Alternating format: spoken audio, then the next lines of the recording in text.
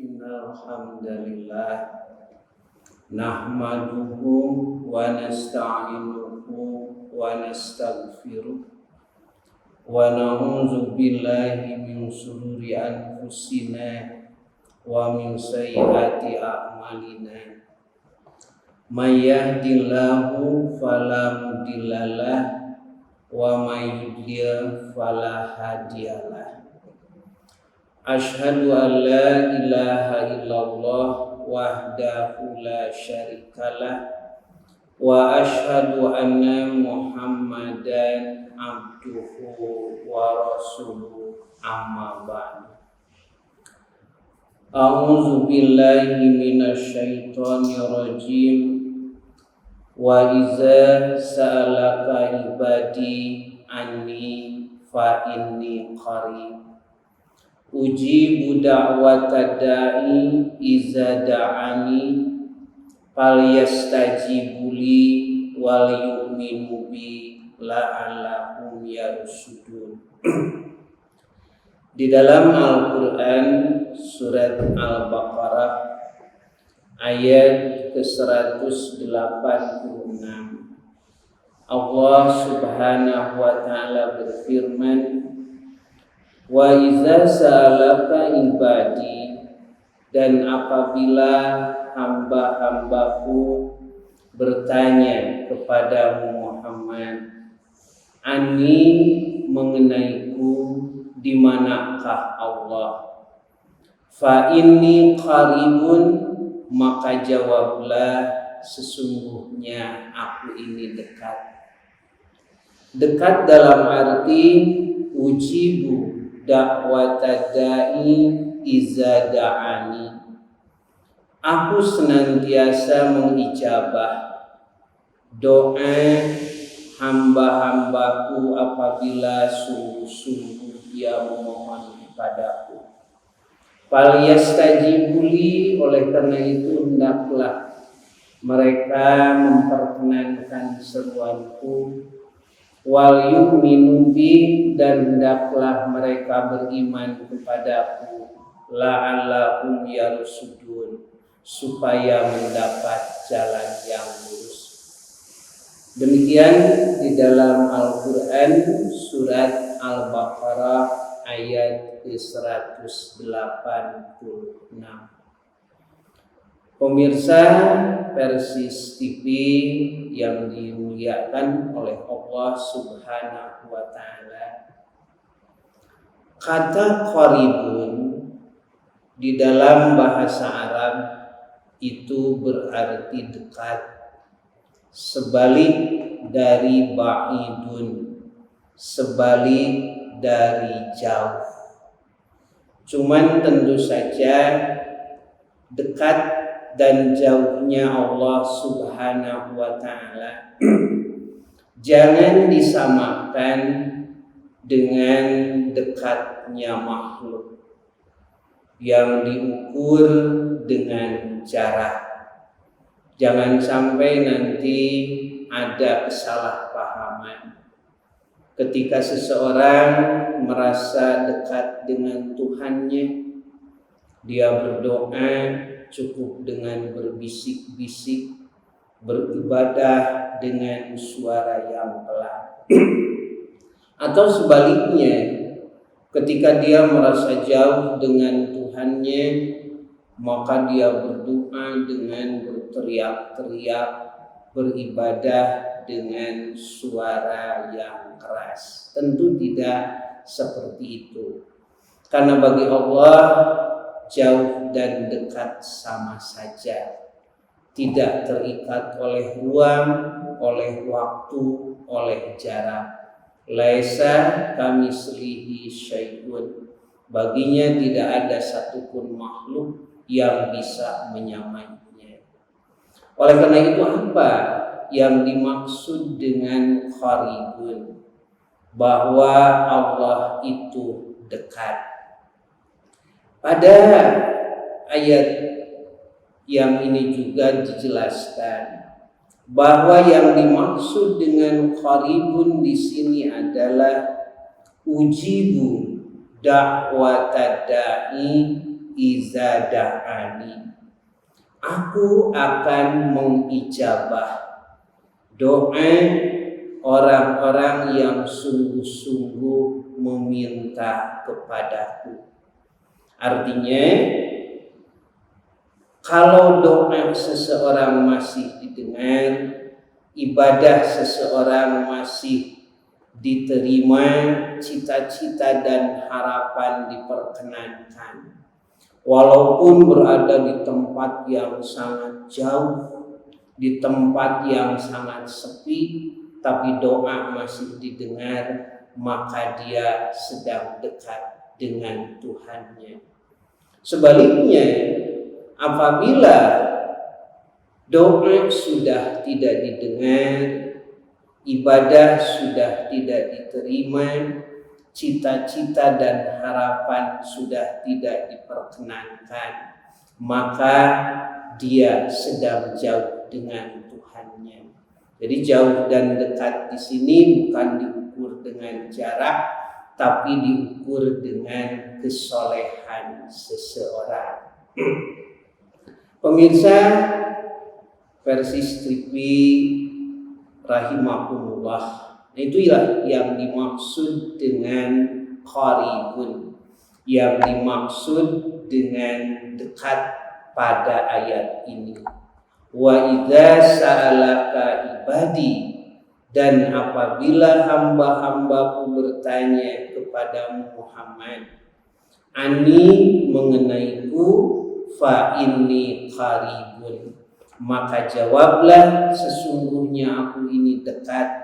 Dekat dalam arti ujibu da'wata da'i idza da'ani. Aku akan senantiasa mengijabah doa hamba-hambaku yang sungguh-sungguh berdoa kepadaku, memohon kepadaku. Nah, kemudian ada pertanyaan, kenapa ayat yang berkaitan dengan diijabahnya doa ini terselip di rangkaian ayat yang menerangkan ibadah saum. Dari mulai ayat 183 dalam Quran surat Al-Baqarah sampai ayat 187. Itu menerangkan hukum-hukum ibadah saum. Nah, di sela-selanya, yaitu pada ayat ke-186 terselip ayat yang menerangkan masalah doa. Nah, di antaranya diterangkan oleh salah seorang ulama ahli tafsir, Imam Ibnu Katsir, di dalam tafsirnya mengatakan, inna hazihil ayatal ba'isata lidu'a mutakhallilatun baina ahkamis syam.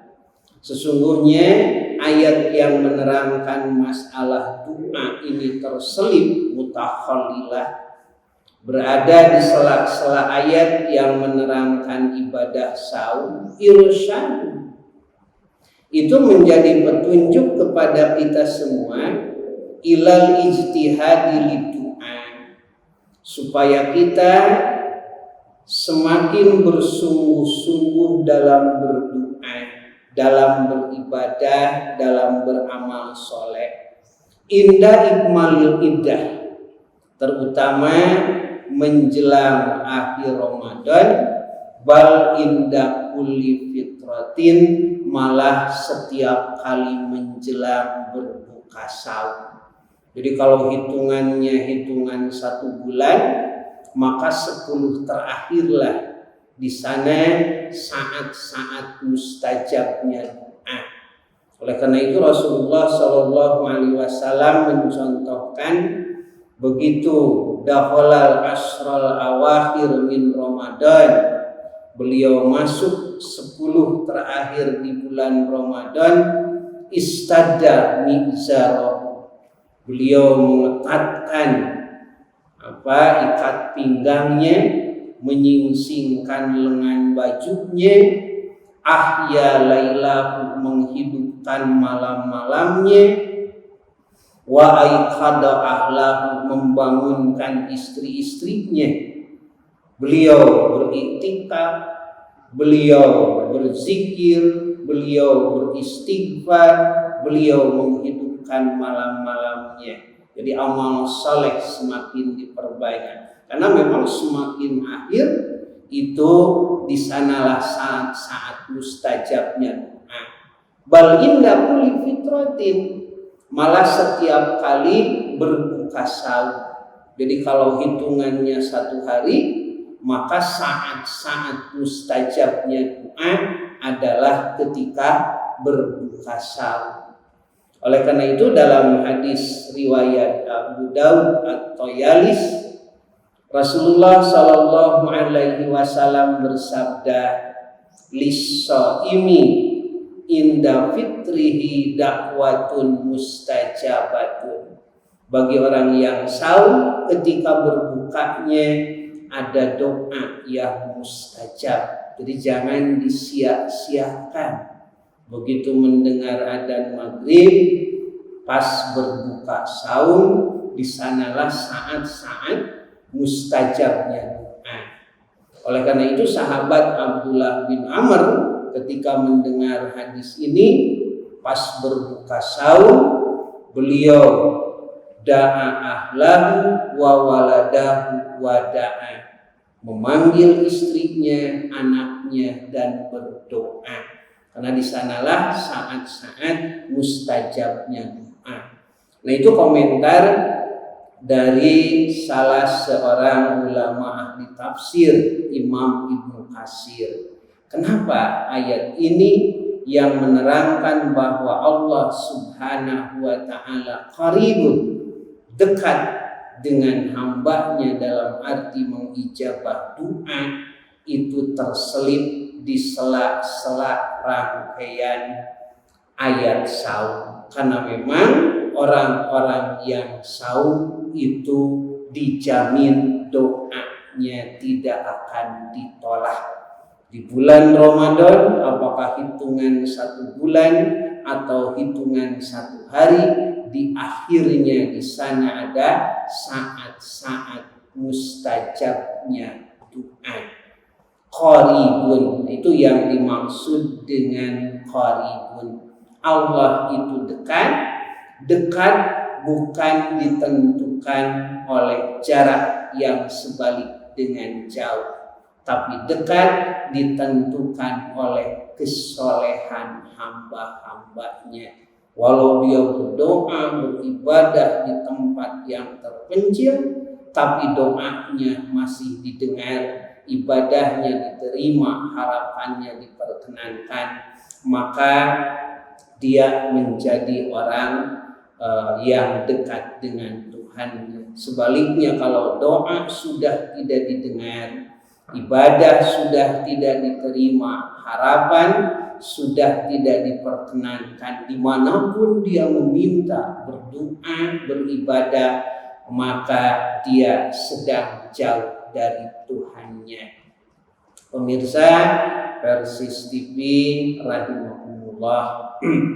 Nah, kemudian timbul pertanyaan, kenapa orang yang saum itu doanya mustajab?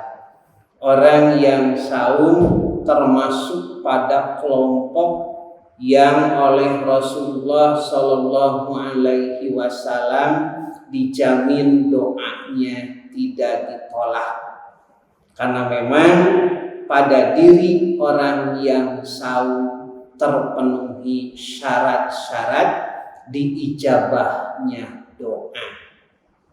Apa syarat-syarat diijabahnya doa? Tentu banyak, cuman ada 2 yang paling pokok. Yang pertama, doa seorang hamba oleh Allah Subhanahu wa ta'ala akan diijabah apabila dibarengi dengan amal soleh. Jadi bukan hanya berdoa, tapi dibarengi dengan usaha, dengan ikhtiar, dengan amal soleh. Di dalam Al-Quran surat Fatir ayat ke-10, Allah Subhanahu wa taala berfirman, wa ilaihi yas'udul kalimut thayyibu wal amalus sholihu yarfa'u. Akan naik kepadanya, kepada Allah, al kalimut thayyibu, kalimat-kalimat yang baik, di antaranya doa hamba-hamba. Wal amalus sholihu yarfa'u, dan amal solehlah yang mengangkatnya. Jadi artinya seberapa besar harapan doa kita ingin diijabah, sebesar itu pula ikhtiar, usaha, amal soleh yang harus kita lakukan. Jadi doa harus dibarengi dengan amal soleh. Itu syarat yang pertama. Syarat yang kedua, orang yang saum masuk dalam kelompok orang-orang yang diijabahnya.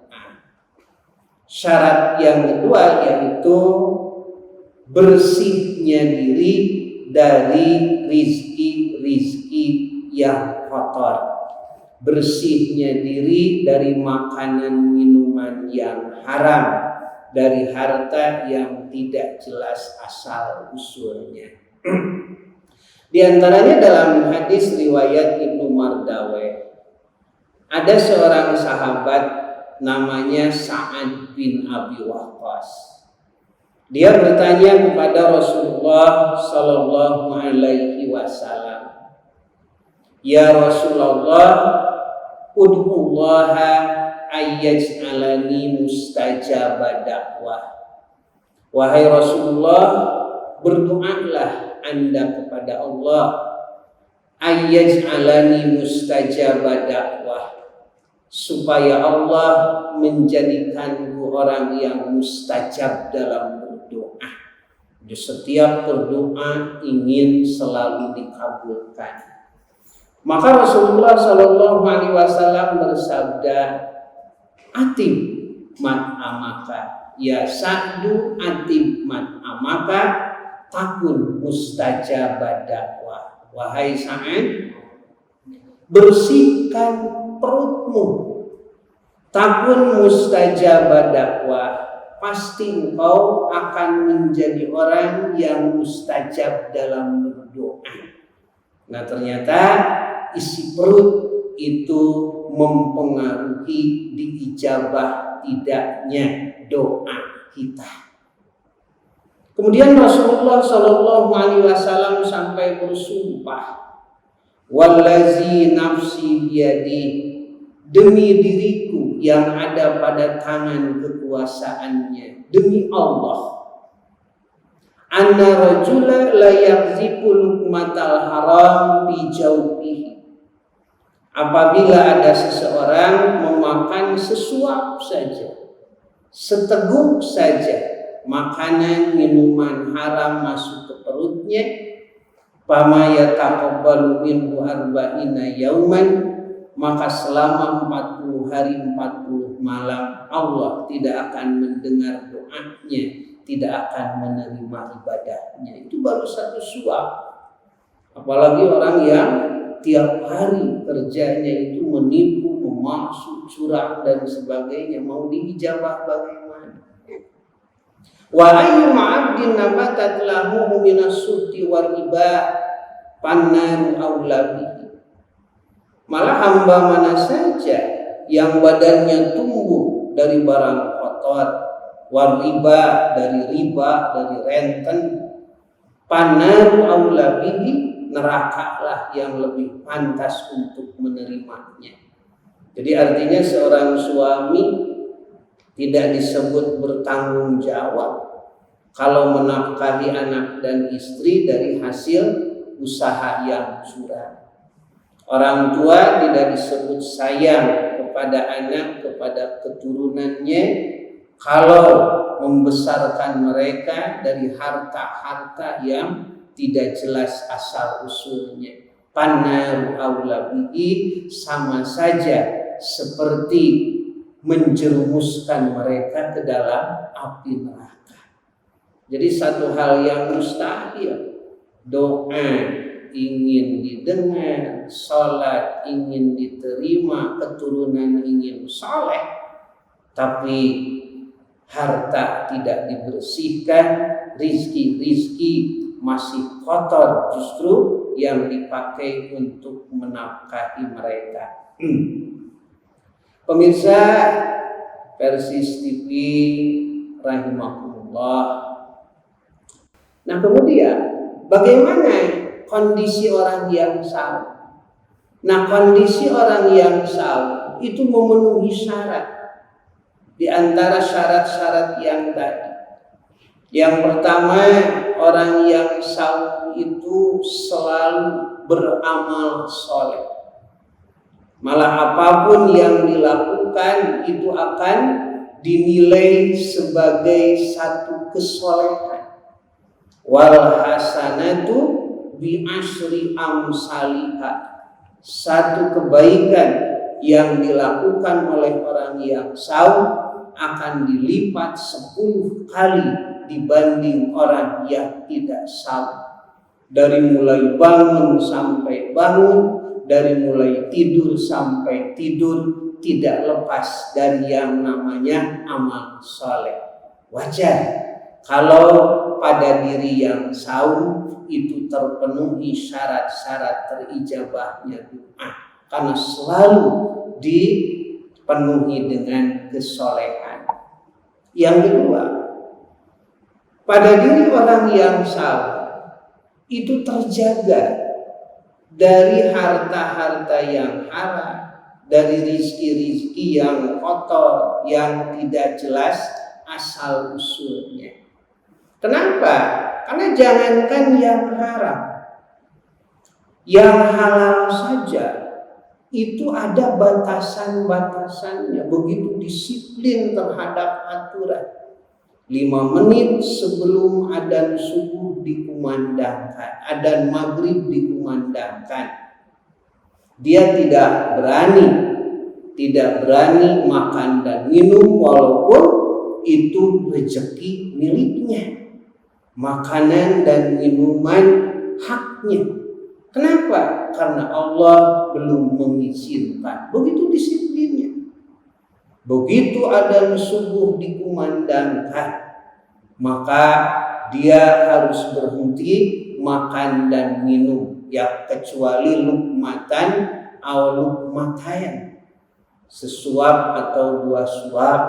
Jadi kalau yang masih ada di mulut itu boleh ditelan begitu untuk ketika sahur. Tapi kalau dia kesiangan baru adzan subuh, maka tidak boleh dia memaksakan makan dan minum walaupun itu makanan haknya, miliknya, rezekinya. Jadi ada aturan. Jangankan yang haram, yang halal saja itu jelas aturannya. Nah oleh karena itu tidak mungkin orang yang saum sampai memakan makanan yang haram, meraih rezeki yang tidak halal. Begitu disiplin, begitu dia sangat menjaga aturan. Mana waktu yang boleh, mana waktu yang tidak boleh, walaupun itu haknya, walaupun itu miliknya. Nah oleh karena itu bagi kita, ketika doa ingin diijabah, salat ibadah ingin diterima, cita-cita dan harapan ingin diperkenankan, tidak hanya menunggu datangnya bulan Ramadan saja, atau kalau maqamul ijabah tidak harus menunggu ke Mekah saja, di Bukit Sofa, di Marwah, di Arafah, kemudian di Jamar. Tentu tidak semua orang punya rezeki untuk berangkat ke sana. Akan tetapi kita harus berbesar harapan harus berbesar hati. Walaupun nanti sudah di luar Ramadan, walaupun belum punya rezeki untuk menunaikan ibadah umrah atau ibadah haji, untuk berdoa di maqamul ijabah, walaupun dalam keadaan sedang tidak sahur, tetap yakinlah doa oleh Allah akan didengar, ibadah akan diterima selama kita masih beramal soleh, selama kita masih menjaga diri dari rizki-rizki yang tidak halal, dari harta-harta yang haram, yang tidak jelas asal usulnya. Nah, oleh karena itu, terutama ini untuk mendidik kepada generasi-generasi yang akan datang. Jadi menanamkan nilai-nilai tauhid untuk generasi-generasi yang akan datang.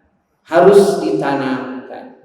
Saum bukan hanya sekedar saum, sholat bukan hanya sekedar sholat, tapi harus meyakini qaribun, bahwa Allah itu dekat bukan dalam arti diukur dengan jarak, sebalik dari jauh.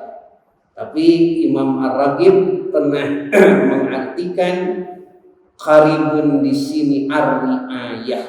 Allah Subhanahu wa taala selalu mengawasi amal-amal kita. Walau kita sedang sendirian di tempat yang sepi, yang sunyi, yang jauh dari pantauan orang lain, yakinlah Allah Subhanahu wa taala sangat melihat.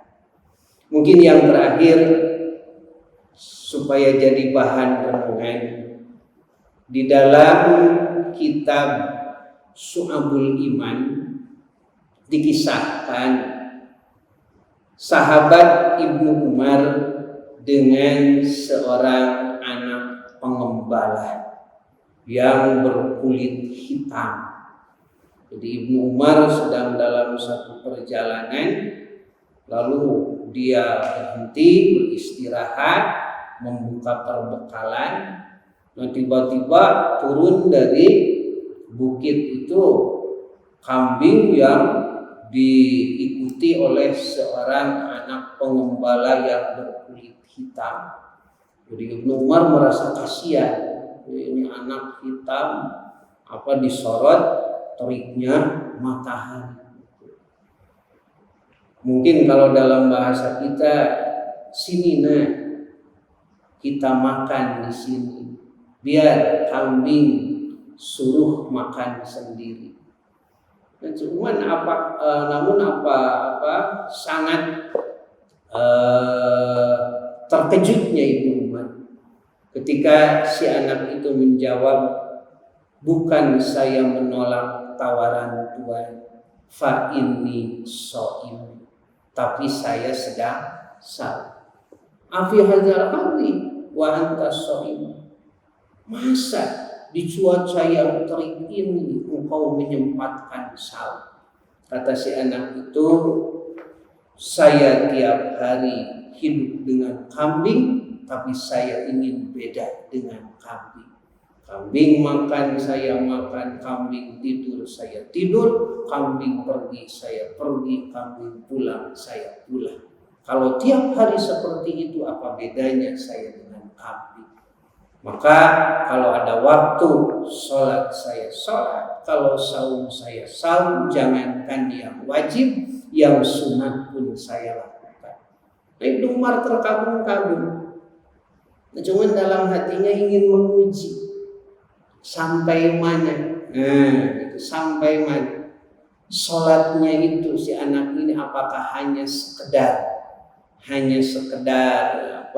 ruku dan sujud, saumnya hanya sekedar menahan lapar dan dahaga.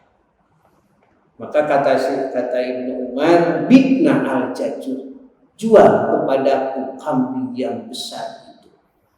Kata si anak, ini bukan milik saya. Jangankan kambing, saya pun hamba sahaya, budak belian yang diperjualbelikan. Beli saja kepada tuan saya. Kata Ibnu Umar, tidak apa. Kalau tuanmu nanti tanya, jawab saja, qad akala hazibu, kambingmu dimakan serigala. Maka terkejut lagi Ibnu Umar, si anak itu menjawab, tuan, kalau ibu bapak saya bisa dibohongi, majikan saya tidak tahu, jawab satu pertanyaan, fa'ainallah, di manakah Allah? Ibnu Umar menangis.